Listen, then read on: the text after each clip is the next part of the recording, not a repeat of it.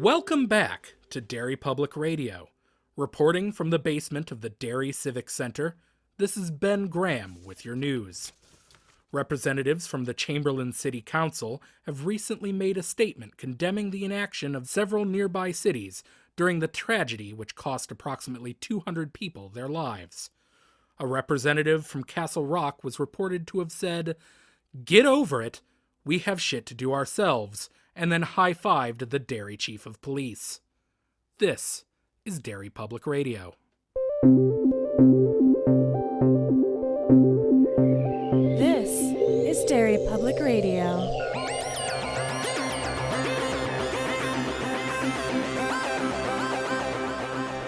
Ladies and gentlemen, welcome back to Derry Public Radio. I'm Joshua Kahn, once again alongside Ben Graham. Hi there, constant readers. And CM Alexander.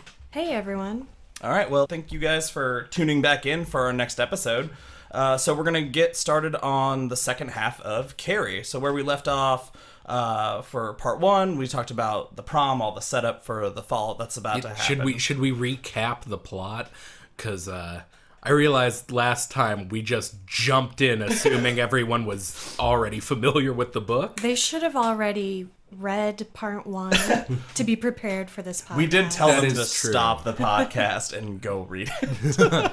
Ben, would you like to recap? Sure. From what I remember reading this 2 weeks ago, I believe Carrie is a weirdo. She got her period and then magic powers. Nailed it.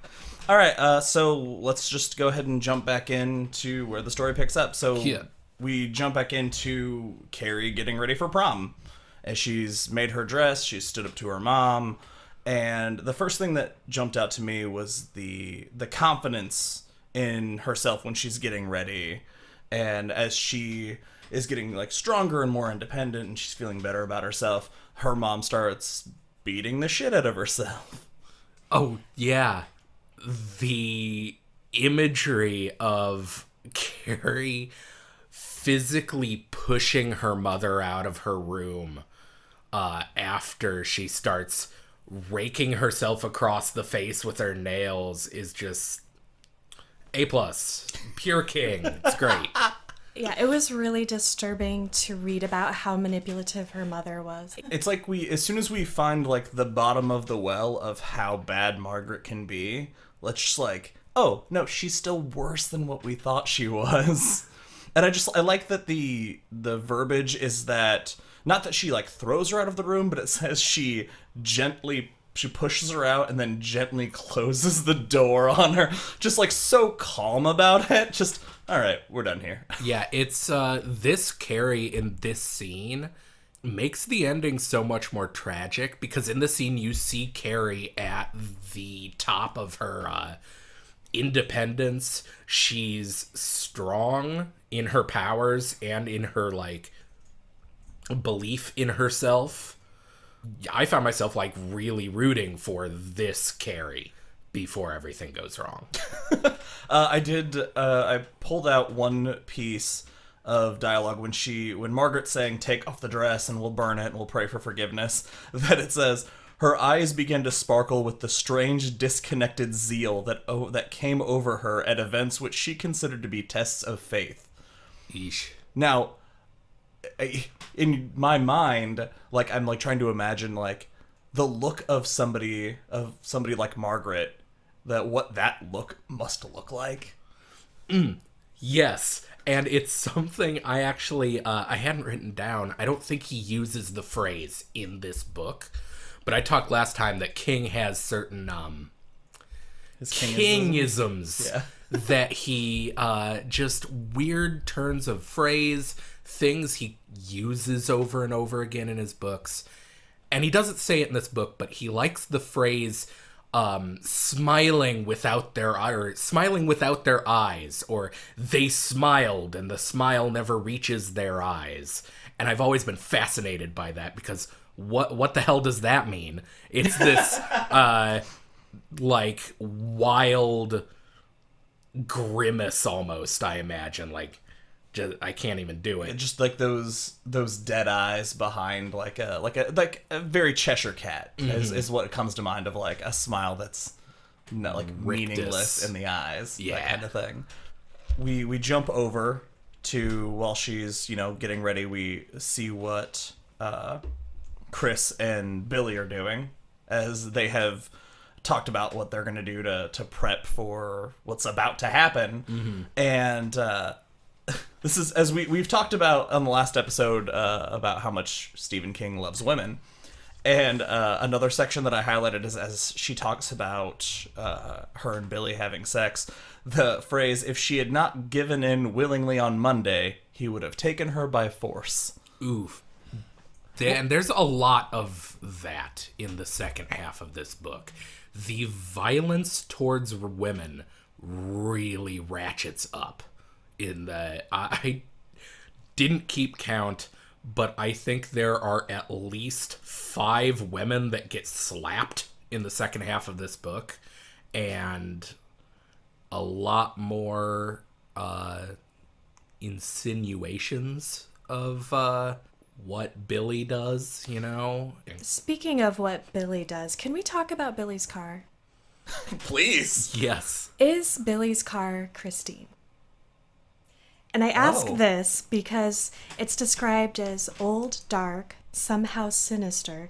And when he goes on to describe the windshield, he talks about it like it's an eyeball. It's described as if a cataract was beginning to form. And apparently he killed dogs with it. They talk about it coming back, dripping the front bumper. Yeah. Which kind of like feeds that whole Christine need for blood to sustain type thing. And he's a greaser, so is this Christine? I wrote that down once again. Why the fuck is George a greaser? Or Billy. I've never read Christine, but I mean, obviously I know about Christine, and that never jumped out at me. But yeah, as soon as I read that, I was like, oh man. We'd have to, when we get to Christine, I'd like to go over the timeline, see if it's possible. Yeah. Of course, he does wreck it into the side of a bar in this. Yeah, but Christine repairs itself. Does it? Yeah. I've never read or seen Christine. They made a movie, right? That's like the only one of the few things. I remember a scene of it getting smashed and it just like fixes itself, and I was like, oh, shit. Do we need to do Christine next? All right, we got our next book figured out. So, and then we find out how like Chris and Billy got together, and it's just like a really kind of a fucked up story, like with him driving recklessly and the tire blowout and all that. I felt it was a weird backstory to throw in this late in the game for these two characters that are obviously the fucking worst. Mm-hmm. Yeah, what do you think King was hoping to accomplish with giving us that insight into their relationship and how it developed? Honestly, like my only guess, as far as like what I've been able to draw out of it, is that we don't really know anything about Billy except for that he doesn't mind bringing his friends out to sledgehammer pigs. We know that he is bad, but we don't know yet that he is vicious. And this is, I think, to show to lead into his complete disregard for everybody else in his life. Quick question. Is his name Billy or Bobby? Billy. Okay. My notes say Bobby. Do your B's look like L's and your O's look like B's? Is that what's happening? I'm just an idiot, apparently. That's fair.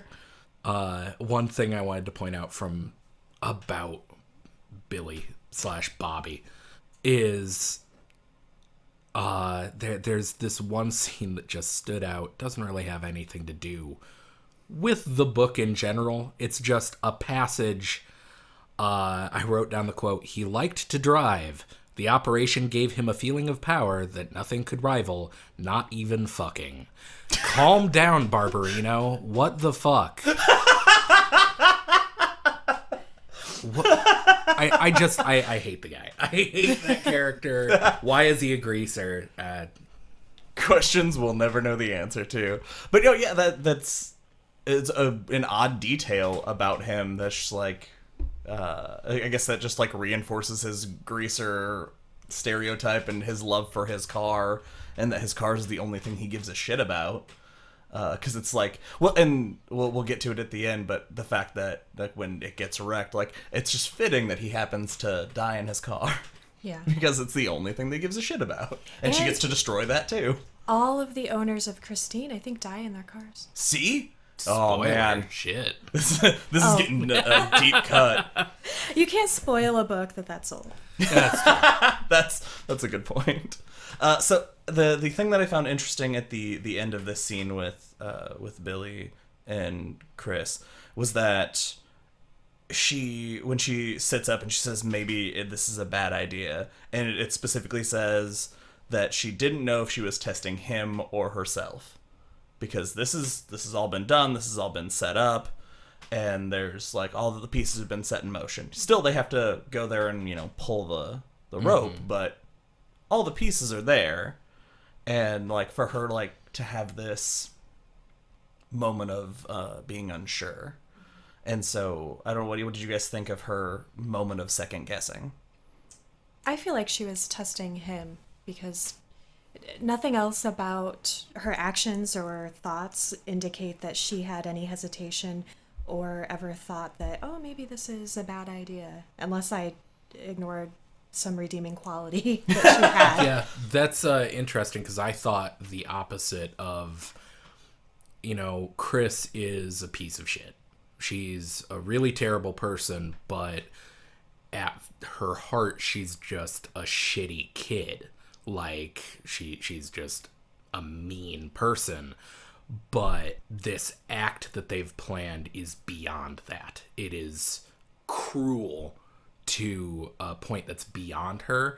I felt it was King pushing the final, who is the ultimate bad guy of this book, who is the worst of the worst, onto Billy, and saying, you know, Chris came up with this plan, but Billy is the true dark center of the book, who has, like you said, no regard.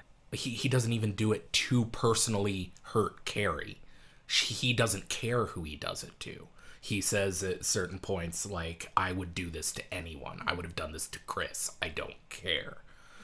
So, yeah, I felt it was a way of highlighting Billy's cruelty. Yeah, that makes sense. I mean, this is far and away the worst thing she is ever going to have done, and by the end of her life, it will be the worst thing she's ever done. And to have a moment of her trying to, like, subtly back out and see if he would let her, and then the moment that he's just like, no, trust me, it's a good idea, and she's just immediately like, okie dokie. I would agree with that completely, but the thing I keep getting hung up on is later then, do they rape each other? Because it's almost written as if he's still the ultimate bad guy in that, but they're both just so violent with one another. That's true. Yeah, That's maybe what's it's giving me pause. he pushes her over the edge. This is the... Together, like, they're just a bad combination. Yeah, he's corrupted her fully.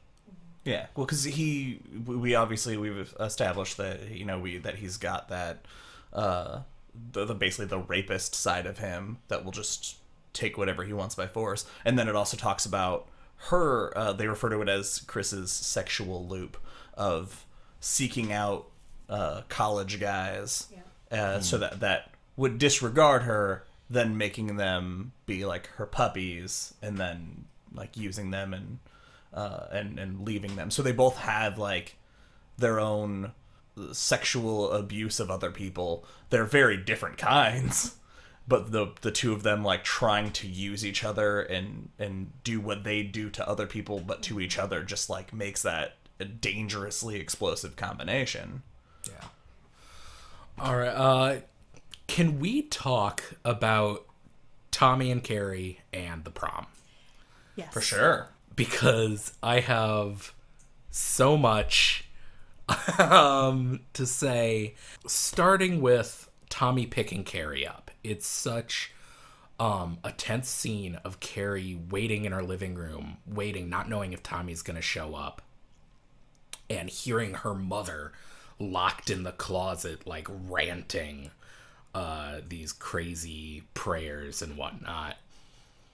And then when Tommy shows up, it's such a, like, as close to heartwarming as this story gets, where it's like, something good happened, except for this. When Tommy picks up Carrie, he sees her and he says, "You're beautiful. You're like Galatea." Don't know if I'm pronouncing that right. But apparently Galatea is some story that, quote, "she turned from a drudge into a beautiful woman." Well, fuck you too, Tommy. Like, what a shitty thing to say. Because he says that to her. Yeah. That's not subtext. That's not like the king being God. like, "This is what Galatea is about." No, she's like, "Man, you used to be such an ugly shit. But boy, I like your dress." Like, that's our good guy. That's Tommy. Can we excuse that maybe in some way as a sloppy teenage boy compliment? Oh, absolutely. Yeah, sure. That is... Tommy's doing his best. Especially, like, he's in a position that, he doesn't know how to handle this. Like, his girlfriend made him take someone else to prom. Like, that's already a weird spot to be in. I'm glad you mentioned that, because I love the juxtaposition between the kind of beautiful, romantic, and tender story that seems to be, or that it could be, unfolding between Tommy and Carrie, and the foreshadowing that King does about things are not going to be okay. They have 2 more hours to live and all of those little things. And Sue, back at home, having this almost fantasy about Tommy coming back and saying, I don't even know how it happened. I'm sorry, but I just fell for her. And you could almost see that being a reality, but then that that's not going to happen. Yeah, if this were a different book, that could have happened. Yeah. But it made me appreciate those tender moments a little more, just because I knew that something dark was on the horizon. Yeah. I do remember when I got to that line of they had 2 hours left to live, I was like, oh, fuck. Yeah, I think in our first episode, I was saying that I didn't really appreciate the foreshadowing parts where it just outright would say, everyone died, but it works so much better when it starts ramping up and there's almost that countdown throughout the second half of the book. You care about the characters at that point when they're doing it, when he does that, which I think is more effective, because we want them to have that happy ending, but we know they're not going to get it. Yeah. It brought up from the last episode, you brought up does Stephen King like Carrie? And in this second act, like, she's charming with people, she's witty, like she talks about that she made her dress and the other girl is like, holy shit, that's amazing, and like compliments her, and like she feels like a normal person for like the first time in her entire life. But I do love that when they first get there, like the counter to that is that when George comes up to Tommy and they're giving each other shit, and she basically says, "I almost threw him across the room when he like came at him." Like, she was so keyed up and like waiting for the other shoe to drop that she was about ready to send this dude flying across the room. To be fair, she should have thrown George across the room. I have a note that just says, "Tommy and George Dawson, fun racists." What the hell is with their Vietnam riff? Yeah. Like, okay, fine, it was written in the 70s. But he, like, just short of his, like, "Hey, Tommy, ching chong chong." And it's like, what in the hell, George? Yeah, it's very weird. All right, so as we're talking about prom, and then we start jumping back and forth, because obviously prom is, like, a huge part of everything that happens. Right. And we see, Carrie being very excited, but then we also see the flashback to Billy and Chris's prep.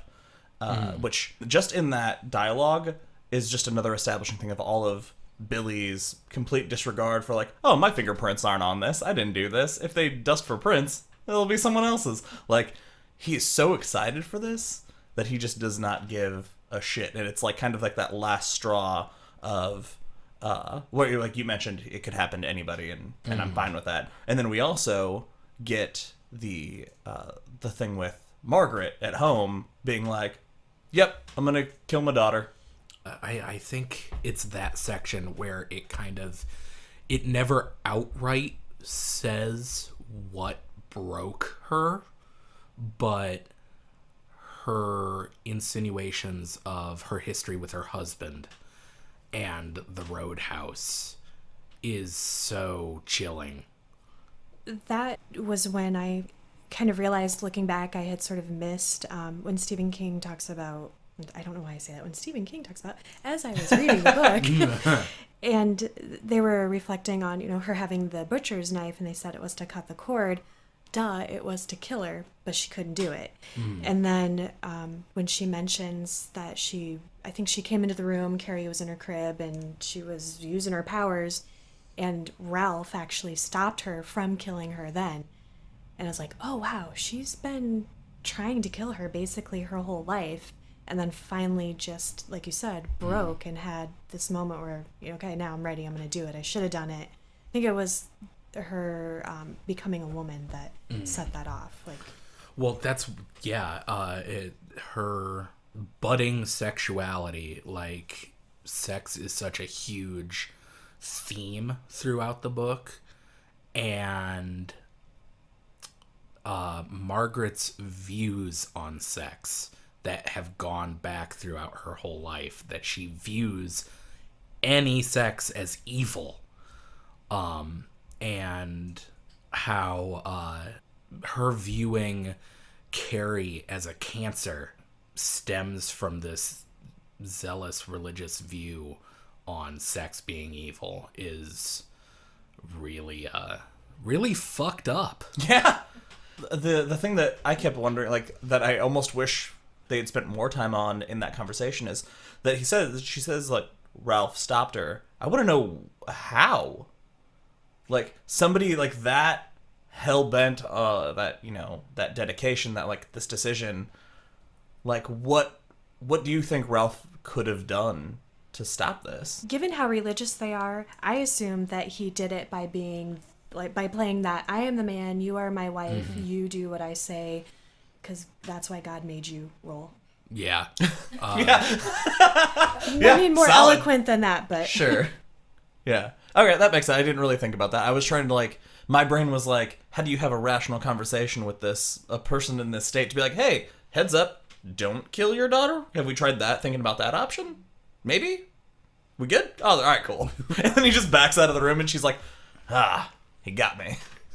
It's such a weird thing to gloss over with no explanation. And I feel like it's a short book in comparison to what he usually does, where we get pages upon pages, sometimes more than I can handle, of all of that detail. And obviously he started to do that more and more as he was writing more. But yeah, this book by comparison is so short. Mm-hmm. We spend all that time about changing a stupid flat tire. We could have spent it here. I don't give a shit about Billy. The 4 pages about Billy screwing some buckets to a beam, of the entire book, that was the one part that I'm like, okay. To be fair, we can move on. Does anybody else think that Billy just should have, gone to college for engineering? If he could have turned his life around. He had potential. Yeah. So we go back to prom. And this is it's one of the excerpts from the My Name is Sue Snell, where she writes, they talk about this is Tommy, I think. Either way, they're talking about she has to be home by 10:30 because she promised her mom, even though her mom is locked in a closet and she's still trying to do right. And so Tommy brings up the afterwards of going to Kelly Fruit and grabbing a root beer and a burger because it'll be empty. Everybody will be gone elsewhere. And the line says, "This is the girl they keep calling a monster. I want you to keep that firmly in mind. The girl who could be satisfied with a hamburger and a dime root beer after her only school dance so her mama wouldn't be worried." That was Sue. Perpetually playing the advocate for everyone involved in the story, from saying, we were just kids, to defending Carrie's ultimately horrific act. Now let's move on to how much I hate George Dawson again. I fucking hate this guy. Jesus Christ. What's your deal with George? My deal is that when he walks into the prom, his first thing he says is, vibes, vibes, vibes. Us racial slurs, love them big fender vibrations. That is why I hate George Dawson. That is the most Stephen King fucking awful. That is the most King teenager dialogue possible. Vibrations, by the way, spelled Viyyyybrations. No. Classic spelling. Classic spelling of vibrations. You gotta say it how it's spelled. Jesus Christ. Vibrations. Boy, I love Stephen King, but he doesn't know how humans talk sometimes. He's got the voice of the teenagers on lock. Ooh, boy. So, the thing that I found like the most disturbing in all this, of like everything that happens at prom leading up to obviously the worst stuff, is we talked last episode about like how people are good to Carrie or about Carrie when she's not around, so she never sees that. And one of the big arguments is that Miss D is trying to make something right that was very wrong. And then she comes up to her at prom and she says, Carrie, anything that happened before, well, it's all forgotten. I want you to know that. That is the worst apology. Yeah, it's not good. In the world. Very dismissive of her experiences. Yes. Like, the teacher's just like, hey, that terrible thing that happened to you about it, we're all fine. Yeah. All that suffering, it doesn't matter. Everything we all did to you, we're over it. Yeah, remember how I slapped you? Now. Well, that was a while ago, so why don't you forget about it? I slapped you and now you're pretty. But I just love the fact that, like, if this conversation, this apology had happened at the very beginning of the book, Carrie most likely would have nodded, said, uh-huh, and walked away. As I believe if Carrie had a catchphrase, it would be the, uh-huh. But the fact she says, I can't forget it, and that she says she was going to say, I don't blame anyone anymore, like that's what she would normally have said. And then she says, but it's over with. Now it's over with. Like that but in her internal monologue, she says that she blamed them all and she always would. She was never going to forget. She was never going to just like let that slide. She was like, prepared to move on though, which was ruined. Yeah. But that that response is, it says, she wanted more than anything else to be honest, which is why she bit off the expected response and was just like, yeah, it's over. But she's like not saying you're off the hook and all's forgiven, but just like it's over. Yeah. And I just couldn't wrap my head around that apology, especially because she's the one like who has been like trying so hard to make it right. Unbeknownst to Carrie, she's been doing all this. Granted, her punishment is kind of what sets these dominoes in motion anyway, but that's not the point. The point is, that's a garbage apology, and I am not okay with it. Yeah, and then later on in one of I think the White Commission, she's like, oh, if I would have just reached out. Yeah. Yup. Oh, if only I would have actually said I'm sorry or anything other than, hey, I'm not gonna slap you again. Like, we're good, right? I imagine with that delivery, it was finger guns and backwards walk away. I was like, that's it. That's how that scene ends. Like, oh man, yep, all's forgiven. That's dynamite. So then we go to we jump back to see Sue home alone and pregnant, right? And never mentioned again, right? I mean, it's well, it's no, implied later. Well, later. Okay, like later. the Does she very get her end? period or does she have a miscarriage? No, that's right, because Yeah, that's at the very end, isn't it? I forgot about that. I'm pretty sure. The way I felt about it was that it was 100% a miscarriage. Yeah. Well, and I was going to talk about this later, but I'm just going to go for it now. Go for it. She's, at the very end, she finds Carrie, and Carrie is, like, kind of rifling through Sue's mind, and it's described as, you know, a library and picking books off the shelves, which reminded me of... Dreamcatcher. Yeah, I was going to tie that in, but I'm wondering if... you know, unbeknownst to Sue or undisclosed to us per Sue, she knew she was pregnant, and I don't know, would Carrie do that? Given everything else we've seen her do, would she terminate that pregnancy? Well, at that point... Oh, that is a dark implication. Real dark. Holy shit. But at that point, I don't know, would she have the power or even the foresight to do that? Because she's dying. She is, like, in her death throes. That could be her final act as she's dying, too. The last of her energy is expended doing that. Yeah, she's taking this away. I'm going to assume that just to be super dark. I jumped to the part I have highlighted when she's doing that rifling because I want to bring up the line that I highlighted, that she had the feverish feeling of being raped in her most secret corridors began to fade. Yeah. Like...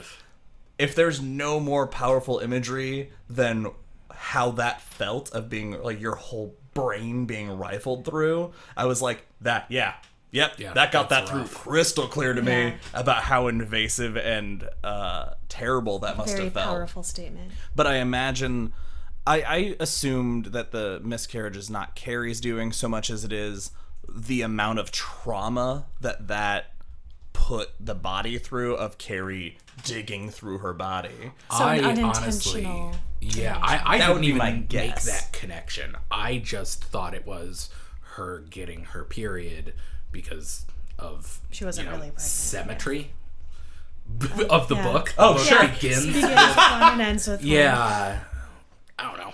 Stephen King loves women. Dark ass theory though. Jesus. I know, that's why I like it. No, yeah, that is super dark. Sorry, and I'm guys. very glad that you brought it up. To go a little lighter, Billy's speech to Chris in the car, like when they're getting ready for, like, you know, they're sitting outside waiting, that... when he's like, boy, I love driving this car. Drive. I'm a greaser. It's 1979. Why do I exist? It was like when he's just like, look, you're gonna pull this. Like, you're the one who's gonna do it. I'll sit here until you do it, but this is not a joke. This is criminal assault, and you will go to jail when we do this if you get caught. But the part that I highlighted was, all right, when the buckets go, I'm going to run. When I get to the car, I'm going to drive away. If you're there, you can come. If you're not, I'll leave you. If I leave you and you spill your guts, I'll kill you. Do you believe me? I was like, holy shit. At least he's very upfront and clear about the rules. You know, there are no surprises. She didn't think that they were on this journey together when really he just wanted to see something terrible. We have been giving Billy a rough time. Let's take it easy on him. Yeah. But like, I read that and I'm like, God damn. That is a, like, and I just, the way at least I read it is like this cold, like, making direct eye contact, leaned across, like, inches away, and just in the calmest, coolest voice being like, here's what's gonna happen. I will fucking kill you. You dig? Hey! Because he's a greaser, so he reaches out the window and pounds on a jukebox.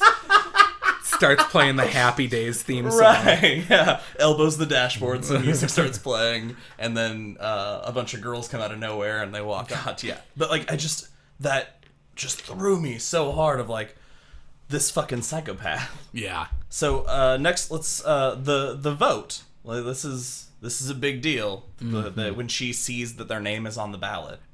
The cruelest thing. It's cruel. Not of any of the characters, but of Stephen King. I think, honestly, the whole book is fucking cruel of the author. because the ending is so fucking bleak and tragic, the added insult of Carrie being elected by one vote, her own vote. Oh, yeah. That was heartbreaking. Because, okay, so they have the vote for the king and queen, and Tommy and Carrie are on the ballot. And Carrie says, oh, they'll never vote for me. And when the vote comes up, they count them, and it's a tie between Tommy and Carrie, and who cares? And so they have a second vote, a runoff between everyone just voting for one or the other. And Tommy, who convinced Carrie to vote for them the first time, says, well, in for, what does he say? In for a penny, in for a pound, or whatever. Mm.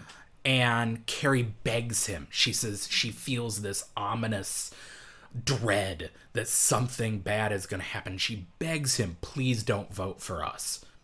And he, once again, just like Sue, thinking he's doing the right thing, thinking that he's helping, dooms them by voting for themselves. Then they win by one vote. And the whole time it's obviously counting down. They had half an hour to live. This happens at 10 or 10:30 or whenever it happens. It's such a downer thing to not only be like Carrie's doomed to kill everyone, but that it was narrowly prevented. Yeah. So they win, and this is another opportunity that King uses of the internal monologues of everybody involved, and the fact that both of them are just so like they really didn't expect to win. Like you can tell by their reaction how like frantic their internal monologue is as they're going up. And then the thing that I highlighted here was that Tommy's internal monologue says she was right. And I love her. Well, I love this one too, this Carrie. She is beautiful, and it's right. And I love all of them. The light in her eyes. Which goes back to like that theory of like, had this not gone down the way it did, could there have been a love story here? Like, yes, I'm just gonna say yes. No doubt about it. And it would have been written by Stephanie Meyer. Oh, come on. Oh man, Make it a good story. Don't let her. Yeah, right. So then they get up on stage, and then Chris is standing there holding the rope and doesn't do it, and Billy's just staring at her. And once again, because Billy gets all of the best pieces in this book, he says that afterwards he was going on her like a raw cob through butter. Ugh. Which is another King turn of phrase. Oh, gross. It's real gross. But the fact that he's just like, oh yeah, we're going to bang real good after this. It's happening. And then we jump from there. So like we've been waiting all this time. We build up, the ropes pulled, and then King has the audacity to jump over to Sue like we give a shit right now. That's true. All of the parts with her are just felt like filler, where she's like, I know something's bad's gonna happen. We're like, yeah, we do too. Shut up, Sue. You did not have a monopoly on knowing shit was going wrong. As we move into the next part, the destruction, and then as she moves through the town, I want to bring up something that I did, because I kind of want you guys to think about this as we talk about it. I reread the book, but I only read through the interviews and the Inquisition and articles and all of those things. So I didn't read the actual story. And my purpose was to, as much as I could, sort of set aside the knowledge I had about what really happened to see what side I fell on, just reading these passages. And it was really interesting because I was initially kind of leaning towards, well, yeah, this was obviously a conspiracy between Sue and Chris and Billy and Tommy to get Carrie, until I got to the Inquisitions, when multiple people start talking about having Carrie like kind of in their head, basically, and just knowing it was her, which I had totally forgotten about in the however many years since I initially read this. That was in my notes as well, of like how crazy that is, that they like, oh, it was Carrie White. Did you know Carrie White? No. How do you know it was Carrie White? I just just new. Yeah. Like as they're watching her. Had you ever seen her? No. Yeah. Would you know her if you saw her now? No. But I know that's Carrie. I did, however, find it kind of funny that, okay, she's projecting this telepathic aura, but the people that sense this aura don't feel anger or sadness or terror, any of the emotions that Carrie would be feeling at the time. What they feel is just Carrie, just her own name, as though Carrie is rampaging through the town being like, I'm Carrie! I'm Carrie! Carrie Boom. smash! It's me, Carrie! I thought that was kind of a funny visual as I read it. Weird choice. Do you think that's because maybe she wasn't intentionally projecting into their minds, but it was sort of incidentally, so that's why there was no real emotion attached to it or any thoughts other than just Carrie. It was an incidental thing that was happening to people. Yeah. And a couple of people did say something about, like, they didn't say they felt angry, but they could, like, feel she was angry. Like, they could tell that she wasn't being put into that state of mind. So, in this being the first time I've read it, but I've seen the movies, the thing that jumped out at me, as, buckets of blood fall, covered in blood, shit goes crazy, Tommy gets knocked out by the bucket, or, like, presumably knocked out, the fact that she leaves, because in all of the movies, as soon as that happens, shit goes down, everybody burns to death. And when she ran out, I was like, she's gone? That's how I remember this going. Although that does lead to, oddly enough, one of what I felt was the scariest part. Maybe scary is not the word. But when one of the girls, there's a portion that's written from the perspective of one of the other prom goers. Norma Watson. There is a point that after she runs out, she's talking about how the crowd, when this blood drops on Carrie, that everyone just laughs hysterically. Not that it's hysterical, but they are literally in hysterics because it's such a terrible thing. But there's this part that after she runs out, everyone's kind of looking around like, what do we do now? And she hears a girl next to her just say, Carrie's back. And she goes, yes, that is right.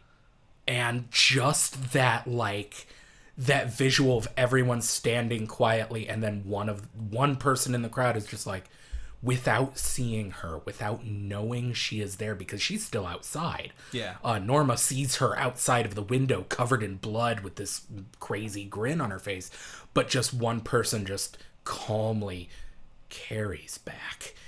Just gave me goosebumps. I was like, oh shit, that's terrifying. It's a great bit. I also highlighted in there that in her account, she says, once all that happens, she says, my God, that's blood, which is the first thing that's said in that very first scene that starts that off.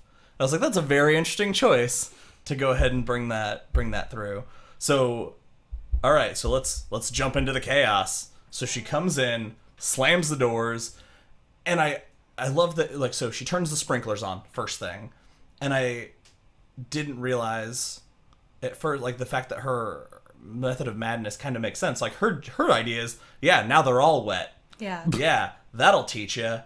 And then the electric starts going. Yeah. And, like, it's like we reach all these cutoff points. Like, if this one thing hadn't happened, would this have stopped? If those sprinklers had gone off and everybody just gotten wet, man, there's a chance that she could have just eventually opened those doors, and that could have been it. Maybe.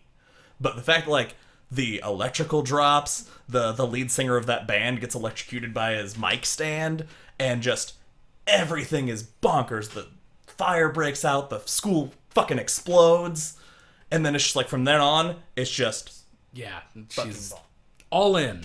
So what's your guys' take on all the destruction?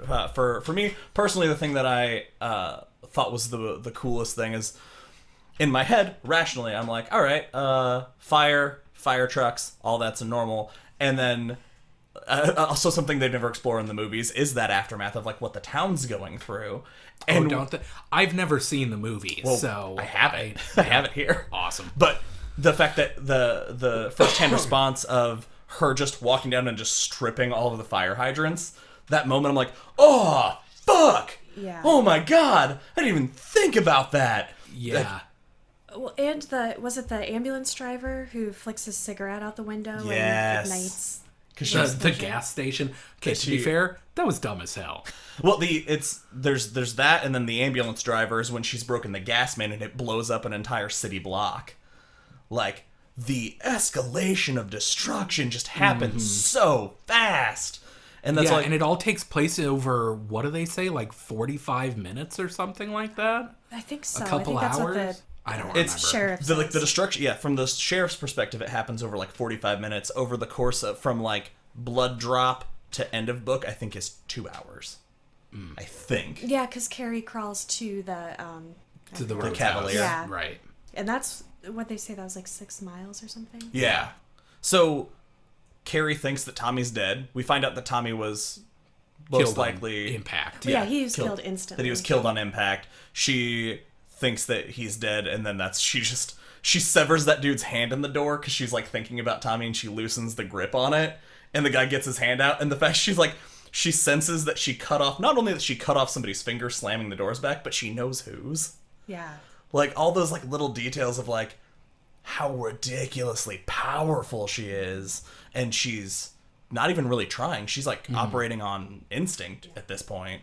Which makes me think, to your point about if she had just turned on the sprinklers and nothing else had happened, I think Tommy's death alone might have been a catalyst for her to lose it no matter what. Yeah, that's true.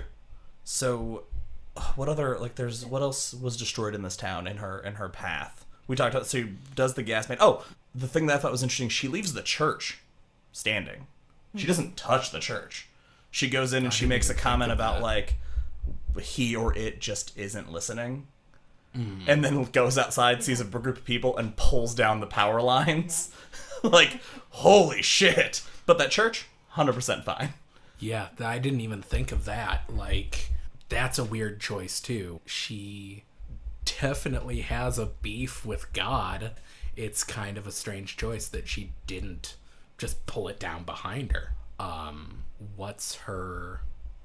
Does it explore her, because she says that God's just not listening or not there, and throughout the whole prom she's talking about she feels like a pagan and she enjoys it, so she's severed her connection with God. Maybe that's why she didn't waste the mental energy of destroying the church too. Almost like a slap in the face. Yeah, like that's not even important enough for me to do anything to. Well, it says the he/it was cowering from her. God had turned his face away, and why not? This horror was as much his doing as hers.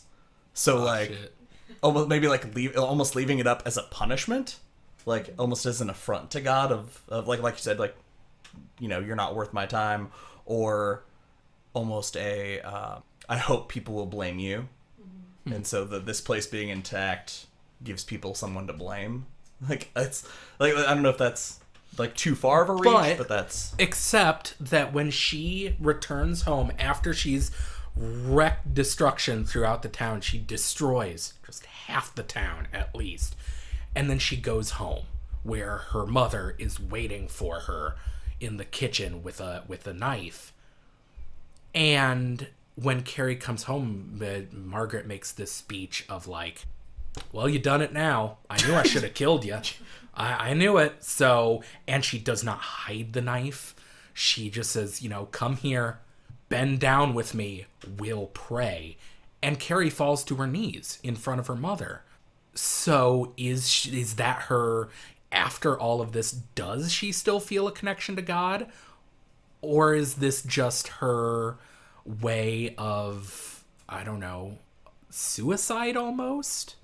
Like she doesn't care anymore. Like, yeah, that Not she protecting knows her herself. mother's going to kill her. Well, I got the sense that she intended to kill her mother, and it didn't matter if she died in the process. It's just going to be, we're both going to go down if that's the way it has to be. Yeah, they kind of acknowledge that, like, oh, we're both going to kill each other. Like, that's not as calm as that, but it's like, at least that's kind of... Sort of resigned to the fact that this was it for her, which could be, too, why she was so reckless with the town as she was moving through it. Yeah. And what'd you think of Margaret's death? Did she get what she deserved in the way she deserved it? I didn't feel satisfied. Yeah. Honestly. I was going to say, it's such a weird thing to be like, I wish that character would have been murdered more brutally. But yeah, it was very low key after blowing up and like murdering however many hundreds of people in really these awful ways, that Margaret dies almost...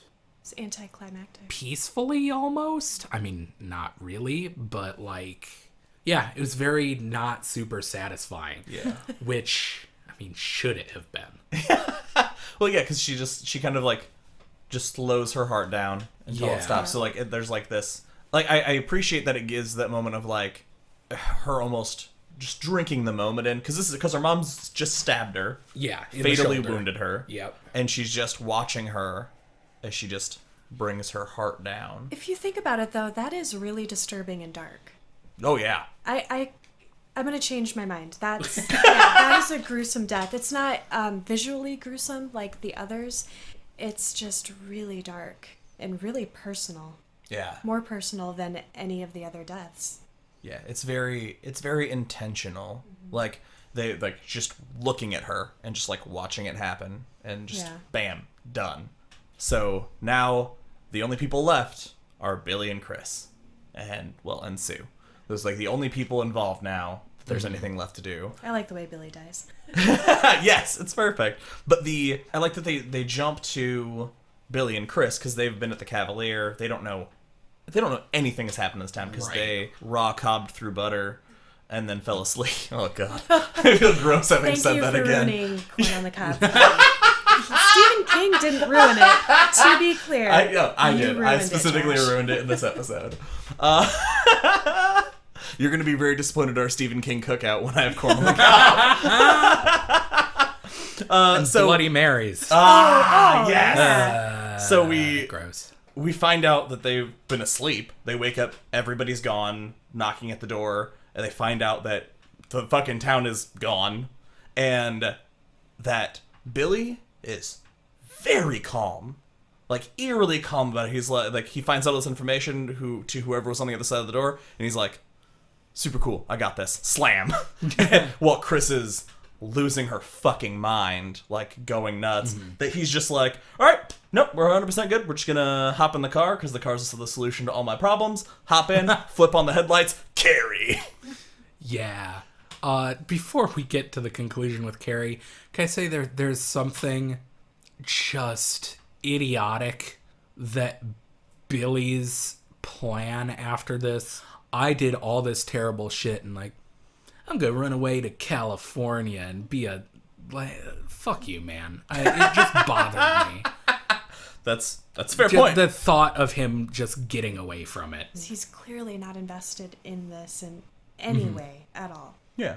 It means nothing to him. And it's destroyed a whole town. He made the decision. He thought it was going to be a good time. Now that it's blown up, he's ready to just be like, all right, yep, I'm gone. You can come with me or you don't have to. I'll see you never. Actually, when he's like, she's like, can I come with? And he's like, yeah, maybe. And then it's like, no, I'm not taking you with me, but whatever. Yeah. But yeah, that makes his comeuppance much more satisfying. Yeah. So we kind of touched on what happens. You were very excited about it. You want to describe how Billy and Chris end?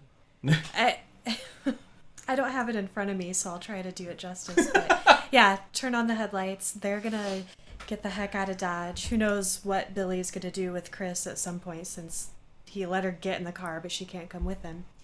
And Carrie is there. She grabs the steering wheel, makes him do a big-ass donut, and then he slams full speed into the side of a bar. Oh, God. And then good. explodes. Yeah, I forgot about that. Well, It explodes. cars explode when they crash. We all know this. Yeah, of course.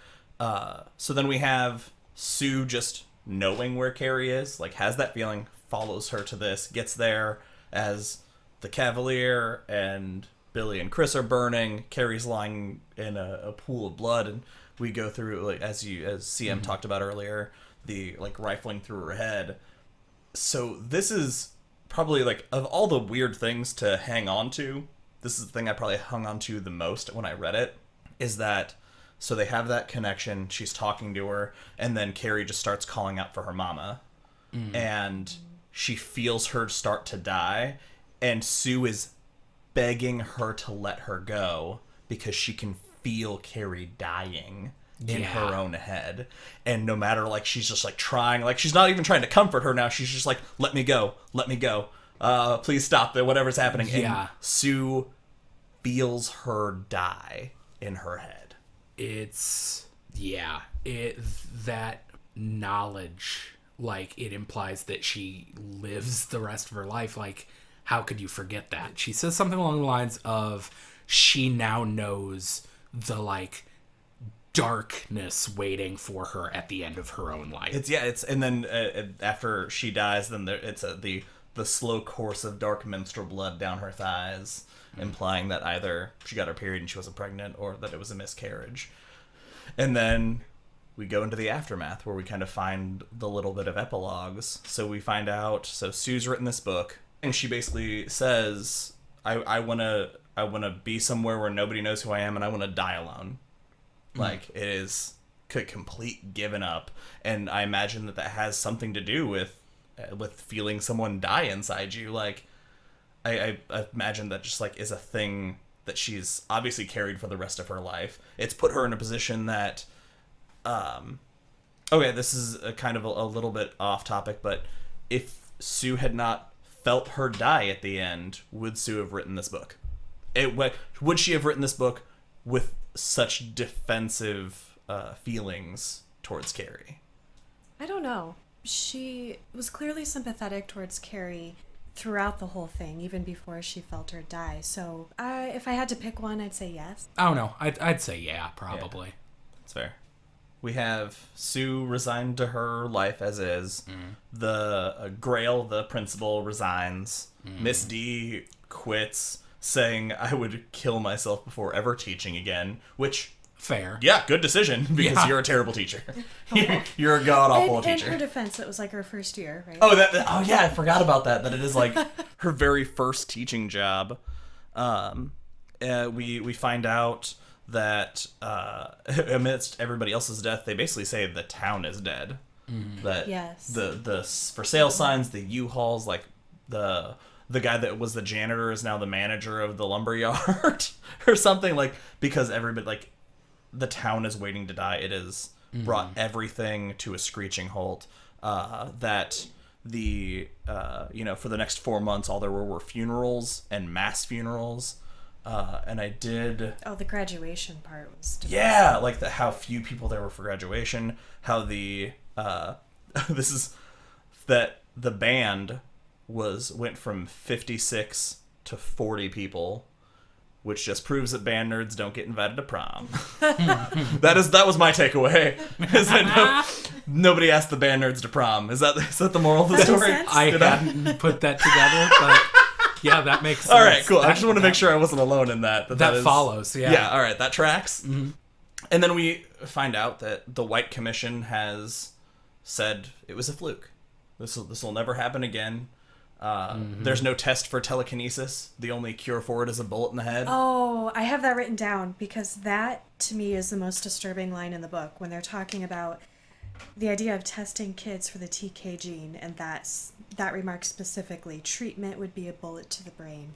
So, I guess my question to kind of like bring it around, like they spend all this time saying it was a fluke. That's the White Commission's whole point, was that this is an isolated incident that can never and will never be repeated. Obviously, there's like the note at the end that's talking about another child with telekinesis, but That doesn't, it's not adding anything to the story. That's just saying that, the gene still is out there. And that's fine. They've seemed to have convinced everybody that it's a fluke. Right.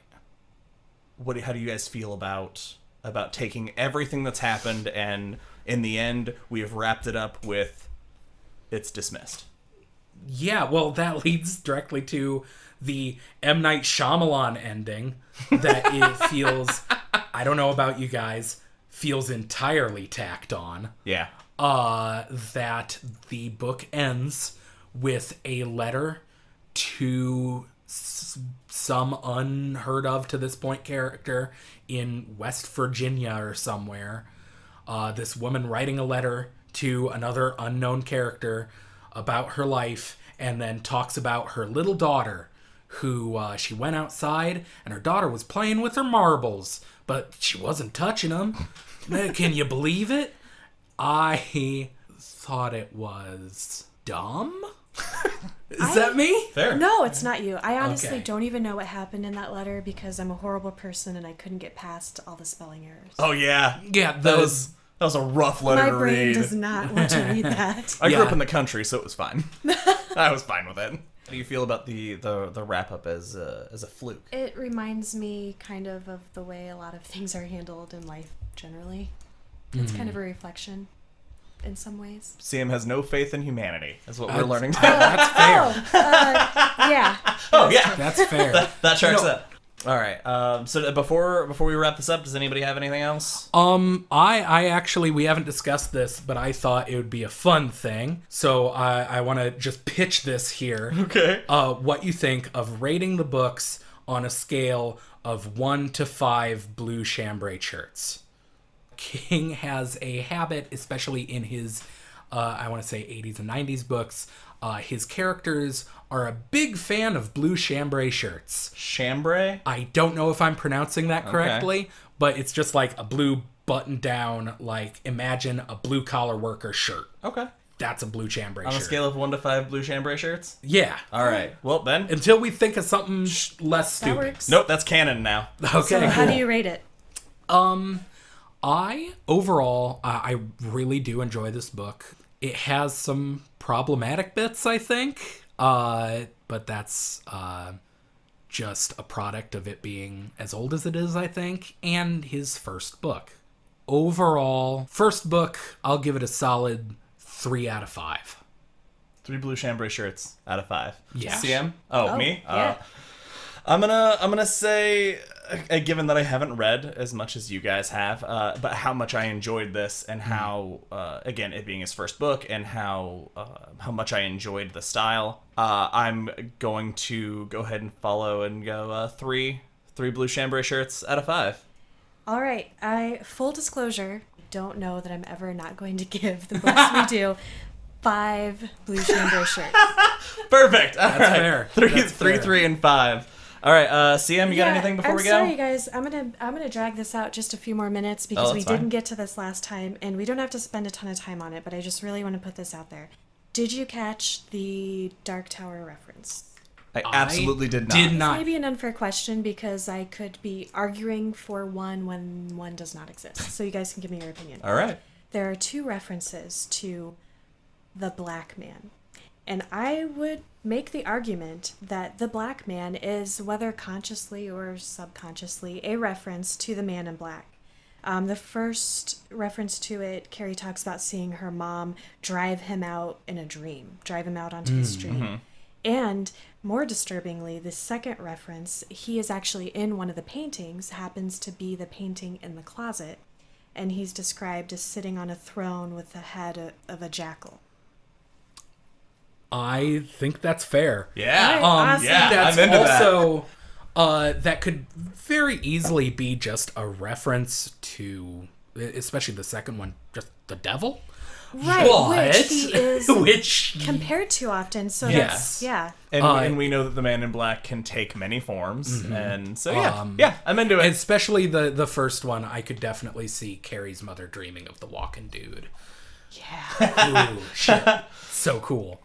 We got to read The Stand. Yeah, oh God. All right. Well, that has been our conclusion of Carrie. So thank you guys so much for listening. Please tune in to our next episode. We're going to watch the movie, and then we're going to do a little bit more discussion on Carrie before we wrap all of this up. But this is it on the book. So once again, thank you guys so much for listening. I am Joshua Kahn. Thank you so much.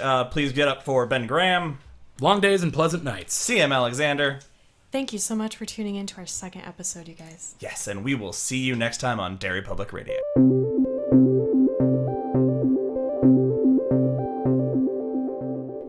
Hey everyone, CM Alexander here. Thanks for tuning in to our second episode of Derry Public Radio, Carrie Part 2. We hope you enjoyed listening as much as we enjoyed discussing. As always, please send your questions or comments to us on Facebook at Derry Public Radio, Twitter at Derry Public, and Instagram at Derry Public Radio. Or send us an email at derrypublicradio@gmail.com. Please like and subscribe to our podcast. We certainly appreciate that. And we hope you'll check out our third episode where we discuss not only the original Carrie movie, but a few other things as well. Some you might guess and some you might not. For now, I'm going to leave you with a quote from the book we'll be discussing next, which will be announced at the end of our third episode. Passing time adds false memories and modifies real ones. Goodbye, listeners.